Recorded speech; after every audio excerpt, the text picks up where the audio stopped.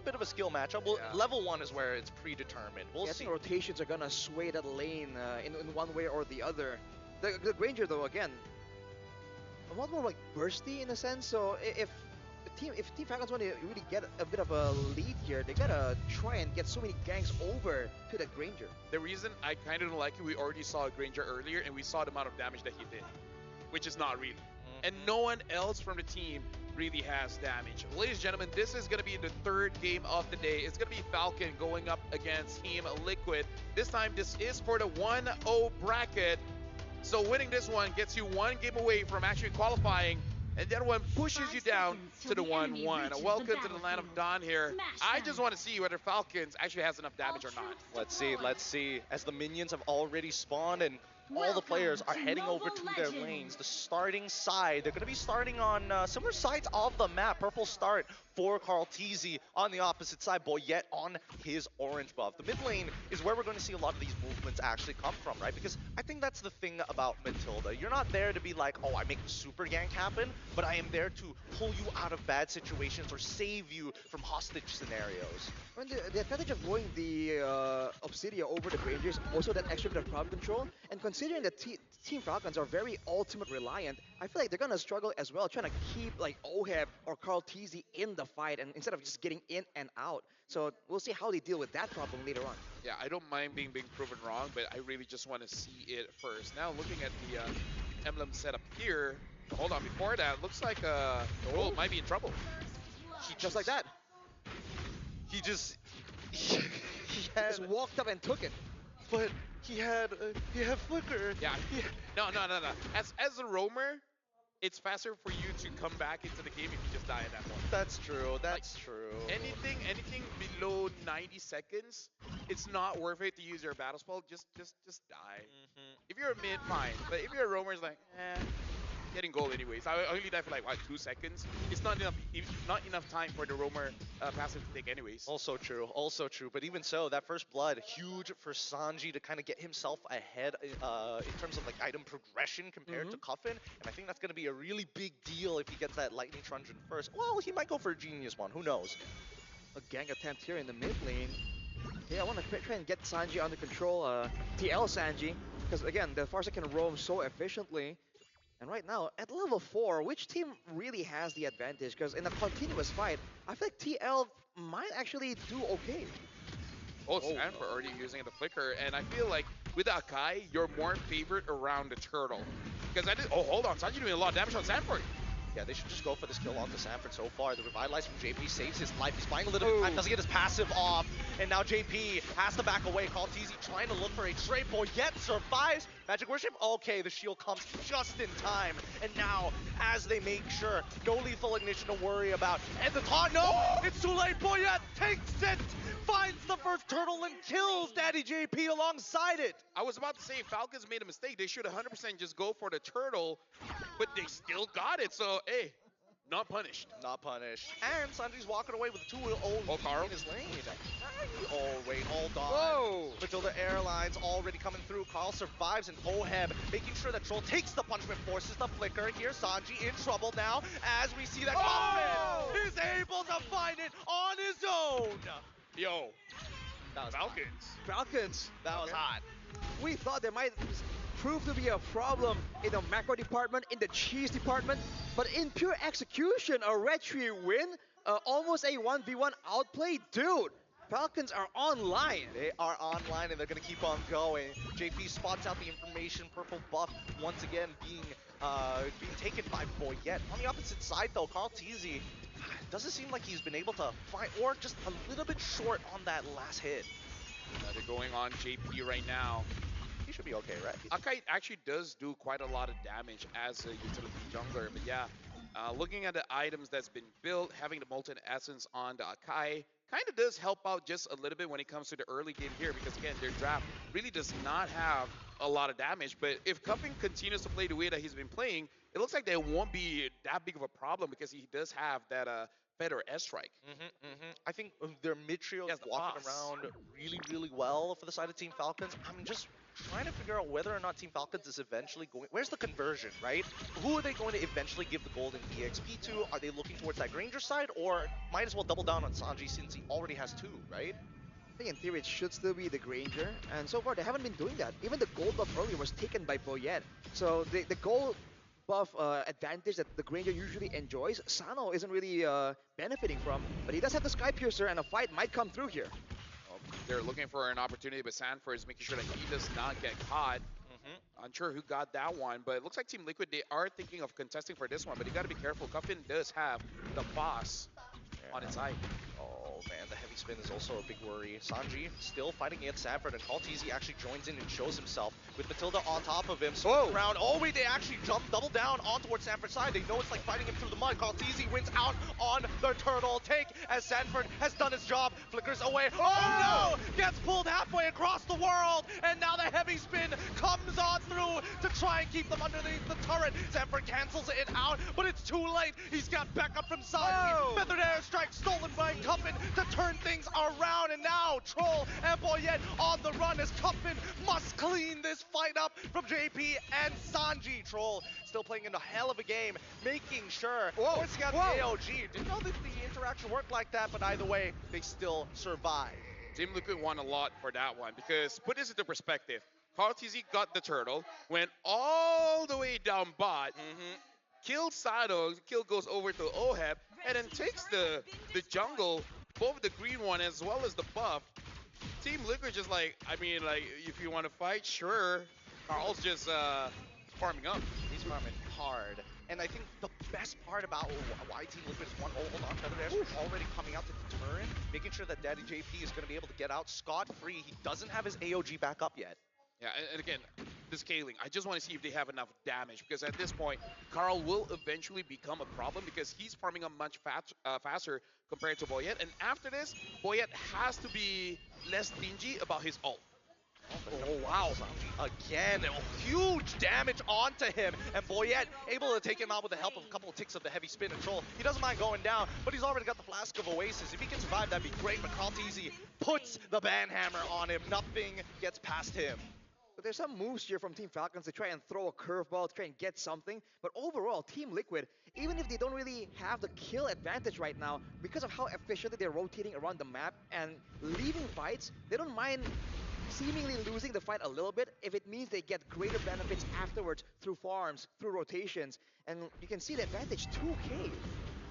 Yeah, right now for Team Falcons, they can do something here if they can get a cash. The question is who they're going to cash because Troll so far has been very proactive and Carl just keep taking all this farm. Team Liquid, they're pretty okay with the movements going up against Team Falcons here. Yep, I think they figured out that Team Liquid has figured out what Falcons, how they want to rotate, and they're doing it consistently, which is great, because now that Team Liquid has adjusted and Feather Airstrike already out to put Sano out of the fight, he's not going to be coming back in here. Troll loses 50% of his HP to the Flask of Oasis, does trigger, and now Sanford is holding on to three members as Oheb is blasted down Sano, and now JP getting involved, heavy spin comes on through, doesn't get the cancel in time! Somebody needs to help him, but JP and Sanford hold strong, AOG comes through from Daddy JP, but it's not enough as even a fracture doesn't secure the kill.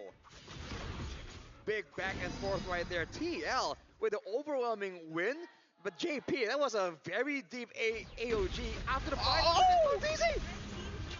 Oh my god, what do you even do against that? And now Sanji in the Thunder form doesn't even get enough hits to actually get his ult off. Sanji walks away for free. Yeah, Sanji just played fair by staying inside of the terrain. Maybe like up over the terrain. Yeah, it's like can you hit a wall? No, you can't. Oh well, I'm good. You Too can't bad. reach me. But yeah, I gotta say, I don't know how Sanford was able to actually get out of that one because I saw the final moments. I don't know how he managed to get a mark on whoever was outside of the fight and able to get all out of there. But that was very impressive. And then now Carl almost 2,000 ahead. And Akai usually doesn't care, but also just shows that Carl's just dominating at this. Whoa. Sanji now in trouble. Oh, Boyette, he misses the body slam. Oh no, they start backing away. Troll in trouble. They only sacrifice him to minimize the damage. Even Sanji wasn't able to find that big engagement. At least for Team Liquid, Sanji, Farsa managing to flicker out just in time before things got dangerous. That was infuriating. You got the catch, and then Sanji just avoided it in a way that you did not expect, and then flies away. It's an ankle break. Just plain and simple. They thought he was going to go the different way, and he just, in the split second, decides, you know what? They wouldn't see this one coming, and gets out of the way. Now with the Blood Wings, it's going to be a lot more difficult for Team Falcons to catch him as well. And look at the structural advantage, man. TL have so many ways to rotate. Whoa! AOG finally coming in between the mid 2 and 3. They go even further as Troll's trying to sustain, making sure that Boyette lives. Unfortunately, with Sano in the back, he is just cutting the front line forward and forward and forward as JP walks back in with the help of Stanford, and they manage to take out Matilda. Oheb comes through with a blazing duet too, and that's just going to be enough to set them back to square one. Again, where's the damage? That's all I'm asking. They do not have the damage profile to deal with Sanford. The only time Sanford dies is when he's 1v5. Well, they've been trying to skirt around that by jumping on Sanji, jumping on Oheb, and making sure that they have all the time in the world to deal with Sanford. But the thing is, now Sanji is just surviving again and again. Team Falcons has shown their hands so early on. The Matilda Akai combo, the TL is seeing it coming from a mile away, but look at this! Oh my god, they found another one, a heavy spin right on top of Oheb. He is just taking it all, the blazing duet through it all! Let the Filipino sniper live through death itself! Unstoppable as an engagement comes in from Sanji's side. He's looking to alter things in the present. Double kill coming in from Sano. Hopefully he doesn't get reset here. They need to find another time to fight. I'm sorry for kicking a dead horse, but that's all the proof I need that they do not have enough damage. You caught the Claude. He just ults and literally stands there doing nothing. He healed up. Yeah, that's how strong the revamped fighter emblem is. Instead of giving spell them, it gives the hybrid lifesteal, and Claude just loves that. He loves the buff towards Demon Hunter Sword as well. A lot of heal. Way too much healing. So ridiculous. It's so ridiculous. And now they're going for even more. Oheb is playing on a tightrope. Same goes for Carl Teasy. Both of them. Oh my goodness. He knew it was going to come, and he baits it out of Boyette. Oheb, he's going to try one more time. He's trying to get a reaction out of them. Every single time he BMIs out of there. This tightrope act, it's got to play a huge mental strain on Team Falcons. You see that, and now if you're Team Falcons, every single time you see an opportunity, it's in the back of your mind. What if this is a bait? What if they're just waiting for me to waste my resources? And that's the last thing you want to have happen against a team like TL, dude. They will outmaneuver you mentally, and they're still going for a bit of a siege here. Yeah, right now, Team Liquid, they're going to hold on. They're jumping on Sano. I mean, they tried, but Sano manages to flicker out and cut enough distance. Boyette is looking at that mid-tier 1, and Sanford, he's finally down. Team Liquid took a risk, and it did not work out in their favor. Team Falcons bought themselves an extra 4 minutes. The way that Sanford is playing is basically like, I know I'm not going to get MVP, so I'm just going to buy time and you guys get something. I wonder if that was intentional, because he drew everyone. They saw the AOG along with the with Sanford walking into the base, and on the bottom side, that's just Carl Teasy getting that far side base tower for free. That could have been intentional. It's a micro adjustment from Boyette specifically, right? Because if Boyette joined that top side, they would have lost their mid inhibitor almost straight away. So again, it's all about that push and pull, and I think that Liquid is just more aware. But Team Falcons, they're slowly getting it. They're like, okay, these are the signals that they're looking for as well. Yeah, Sanji knows Boyette is there. Yep, there you go. There you go. At this point, it's not even surprising. It's not. It's telegraphed not. So hard. At this point, Sanji is emailing it to them. Man, dude. Even like force the flicker from Team Falcons themselves. Look at Cartesi positioned to go for an assassination.